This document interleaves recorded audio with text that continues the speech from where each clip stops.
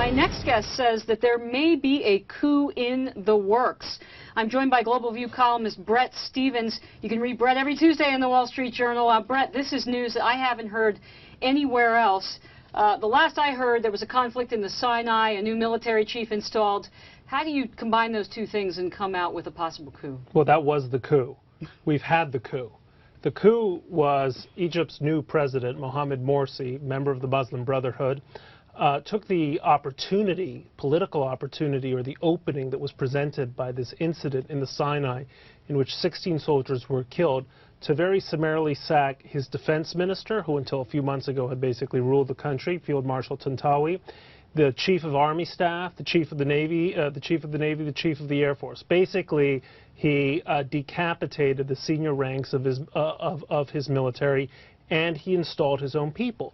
You know, until now, we've been saying to ourselves, well, a Muslim Brotherhood government in Egypt isn't such a big deal because, after all, the real power behind the throne is a military that understands the benefit of peace with Israel, that understands the benefit of a strong strategic relationship with the United States. Well, guess what? As of Sunday, that's no longer true. As of Sunday, Mohamed Morsi is a president with full power in Egypt and with his own men in the military. Now, Bret, I'll take devil's advocate position here. The new military chief says he supports the Egypt-Israeli Accord, supposedly has a long relationship with the United States military, was trained here in the 80s.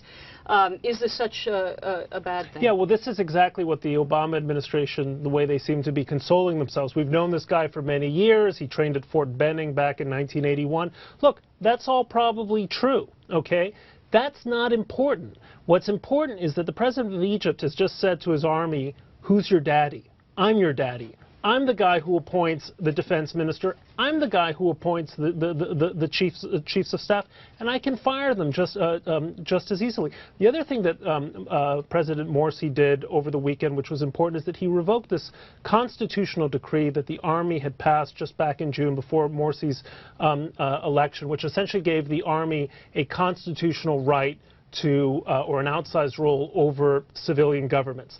That's gone. So on the one hand, you might say, great, Egypt now has democracy, there aren't some generals waiting in the wings. On the other hand, there is no institutional check on the Brotherhood's power.